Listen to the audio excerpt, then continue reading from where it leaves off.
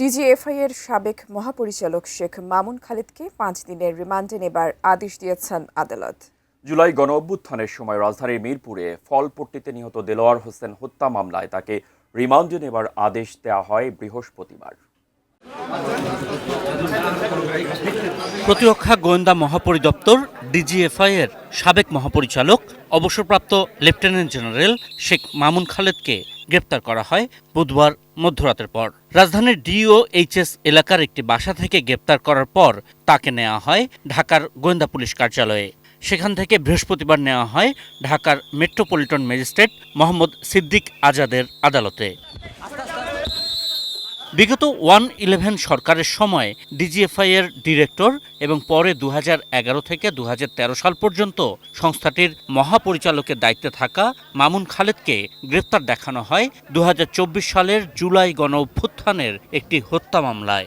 আমরা বলেছি যে সে ফ্যাসিস্ট হাসিনাকে এমনভাবে সহযোগিতা করেছে দেশে তার যে অপশাসন চালিয়ে যাওয়ার জন্য, এবং ডিজিএফআইকে রাজনীতিকরণ করা হয়েছে। এই সহযোগিতা করার কারণে তাকে বিভিন্ন সময় শেখ ফ্যাসিস্ট হাসিনা তাকে পদোন্নতি দিয়েছে। বাংলাদেশের সাবেক 3 বারের প্রধানমন্ত্রী দেশনেত্রী বেগম খালেদা জিয়া, তাকে তার ক্যান্টনমেন্টের বাসা থেকে বের করে দেওয়া হয়েছে। তাদের অন্যতম একজন ছিলেন আজকের এই মামুন খালেদ। নতুন বাংলাদেশ গড়তে এলো জুলফিকার স্টিল। জুলফিকার স্টিল, ইস্পাত দৃঢ় অঙ্গীকার। মামলার এজাহার অনুযায়ী 2024 সালের 19 জুলাই রাজধানীর মিরপুর 10 নম্বর ফলপট্টিতে বিক্ষোভরত অবস্থায় আওয়ামী লীগ ও এর অঙ্গ সংগঠনের সদস্যদের নির্বিচার গুলিবর্ষণে আহত হয়ে লুটিয়ে পড়েন 40 বছর বয়সী দেলোয়ার হোসেন। 2 দিন পর চিকিৎসারত অবস্থায় শ্যামলীর একটি হাসপাতালে মারা যান তিনি। এই ঘটনায় নিহতর স্ত্রী বাদী হয়ে 2025 সালের 6 জুলাই মিরপুর মডেল থানায় মামলা করেন।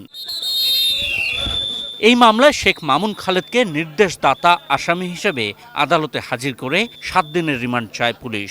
আদালত 5 দিনের রিমান্ড মঞ্জুর করেন। এখানে আজকের ফরওয়ার্ডিংয়ে সব মামলাগুলো আসে নাই, তবে দুর্নীতি দমন কমিশনে তার বিরুদ্ধে মামলা আছে এবং এই একটি মামলা আছে। আরও মামলা আমরা তাকে খতিয়ে দেখা হচ্ছে এবং হয়রানি করার উদ্দেশ্যে এই মামলায় ওনাকে সম্পৃক্ত করা হয়েছে। আমরা জামিন চেয়েছি এবং বিজ্ঞ আদালত জামিন নামঞ্জুর করেছেন এবং 5 দিনের রিমান্ড মঞ্জুর করেছেন।